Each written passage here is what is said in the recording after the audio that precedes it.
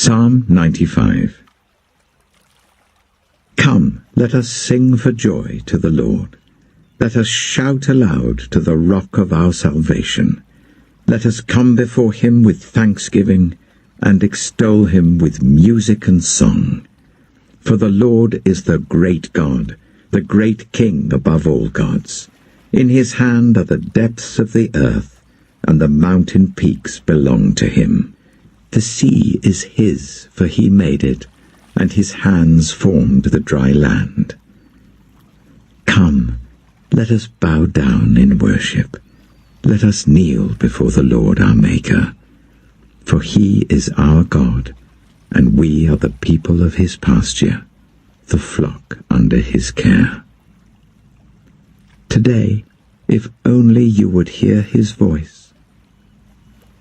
Do not harden your hearts as you did at Meribah, as you did that day at Massah in the wilderness, where your ancestors tested me. They tried me, though they had seen what I did. For 40 years I was angry with that generation. I said, they are a people whose hearts go astray, and they have not known my ways. So I declared on oath in my anger, they shall never enter my rest. Proverbs chapter 28. The wicked flee, though no one pursues, but the righteous are as bold as a lion. When a country is rebellious, it has many rulers, but a ruler with discernment and knowledge maintains order. A ruler who oppresses the poor is like driving rain that leaves no crops. Those who forsake instruction praise the wicked, but those who heed it resist them. Evildoers do not understand what is right, but those who seek the Lord understand it fully. Better the poor, whose way of life is blameless, than the rich, whose ways are perverse. A discerning son heeds instruction, but a companion of gluttons disgraces his father. Whoever increases wealth by taking interest or profit from the poor amasses it for another, who will be kind to the poor. If anyone turns a deaf ear to my instruction, even their prayers are detestable. Whoever leads the upright along an evil path will fall into their own trap, but the blameless will receive a good inheritance. The rich are wise in their own eyes. One who is poor and discerning sees how deluded they are. When the righteous triumph, there is great elation. But when the wicked rise to power, people go into hiding. Whoever conceals their sins does not prosper, but the one who confesses and renounces them finds mercy. Blessed is the one who always trembles before God, but whoever hardens their heart falls into trouble. Like a roaring lion or a charging bear is a wicked ruler over a helpless people. A tyrannical ruler practices extortion, but one who hates ill-gotten gain will enjoy a long reign. Anyone tormented by the guilt of murder will seek refuge in the grave. Let no one hold them back. The one whose way of life is blameless is kept safe, but the one whose ways are perverse will fall into the pit. Those who work their land will have abundant food, but those who chase fantasies will have their fill of poverty. A faithful person will be richly blessed, but one eager to get rich will not go unpunished. To show partiality is not good, yet a person will do wrong for a piece of bread. The stingy are eager to get rich, and are unaware that poverty awaits them. Whoever rebukes a person will in the end gain favor, rather than one who has a flattering tongue. Whoever robs their father or mother and says, "It's not wrong," is partner to one who destroys. The greedy stir up conflict, but those who trust in the Lord will prosper. Those who trust in themselves are fools, but those who walk in wisdom are kept safe. Those who give to the poor will lack nothing, but those who close their eyes to them receive many curses. When the wicked rise to power, people go into hiding, but when the wicked perish, the righteous thrive. Luke chapter 23. Then the whole assembly rose and led him off to Pilate. And they began to accuse him, saying, "We have found this man subverting our nation. He opposes payment of taxes to Caesar and claims to be Messiah, a king." So Pilate asked Jesus, "Are you the king of the Jews?" "You have said so," Jesus replied. Then Pilate announced to the chief priests and the crowd, "I find no basis for a charge against this man." But they insisted, "He stirs up the people all over Judea by his teaching. He started in Galilee and has come all the way here." On hearing this, Pilate asked if the man was a Galilean. When he learned that Jesus was under Herod's jurisdiction, he sent him to Herod, who was also in Jerusalem at that time. When Herod saw Jesus, he was greatly pleased, because for a long time he had been wanting to see him. From what he had heard about him, he hoped to see him perform a sign of some sort. He plied him with many questions, but Jesus gave him no answer. The chief priests and the teachers of the law were standing there, vehemently accusing him. Then Herod and his soldiers ridiculed and mocked him. Dressing him in an elegant robe, they sent him back to Pilate. That day Herod and Pilate became friends.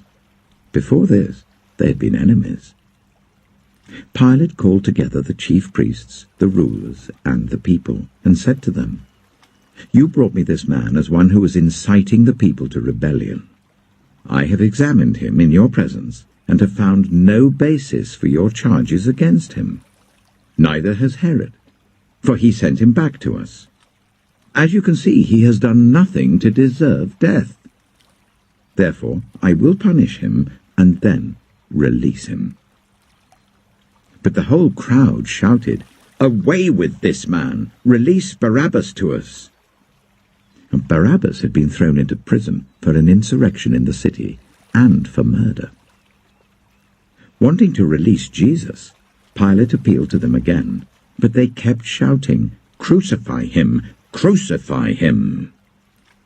For the third time he spoke to them. "Why? What crime has this man committed? I have found in him no grounds for the death penalty. Therefore I will have him punished, and then release him." But with loud shouts they insistently demanded that he be crucified, and their shouts prevailed. So Pilate decided to grant their demand. He released the man who had been thrown into prison for insurrection and murder, the one they asked for, and surrendered Jesus to their will. As the soldiers led him away, they seized Simon from Cyrene, who was on his way in from the country, and put the cross on him, and made him carry it behind Jesus. A large number of people followed him, including women who mourned and wailed for him. Jesus turned and said to them, "Daughters of Jerusalem, do not weep for me. Weep for yourselves and for your children. For the time will come when you will say, 'Blessed are the childless women, the wombs that never bore and the breasts that never nursed.' Then they will say to the mountains, 'Fall on us,' and to the hills, 'Cover us.' For if people do these things when the tree is green, what will happen when it is dry?" 2 other men, both criminals, were also led out with him to be executed. When they came to the place called the Skull, they crucified him there along with the criminals, one on his right, the other on his left. Jesus said, "Father, forgive them, for they do not know what they are doing." And they divided up his clothes by casting lots. The people stood watching, and the rulers even sneered at him. They said, "He saved others, let him save himself if he's God's Messiah, the chosen one." The soldiers also came up and mocked him. They offered him wine vinegar and said, "If you are the king of the Jews, save yourself." There was a written notice above him which read, "This is the King of the Jews." One of the criminals who hung there hurled insults at him. "Aren't you the Messiah? Save yourself and us." But the other criminal rebuked him. "Don't you fear God," he said, "since you are under the same sentence? We are punished justly, for we are getting what our deeds deserve, but this man has done nothing wrong." Then he said, "Jesus, remember me when you come into your kingdom." Jesus answered him, "Truly I tell you, today you will be with me in paradise." It was now about noon, and darkness came over the whole land until 3 in the afternoon, for the sun stopped shining, and the curtain of the temple was torn in two. Jesus called out with a loud voice, "Father, into your hands I commit my spirit." When he had said this, he breathed his last. The centurion, seeing what had happened, praised God and said, "Surely this was a righteous man." When all the people who had gathered to witness this sight saw what took place, they beat their breasts and went away. But all those who knew him, including the women who had followed him from Galilee, stood at a distance watching these things. Now there was a man named Joseph, a member of the council, a good and upright man, who had not consented to their decision and action. He came from the Judean town of Arimathea, and he himself was waiting for the kingdom of God. Going to Pilate, he asked for Jesus' body.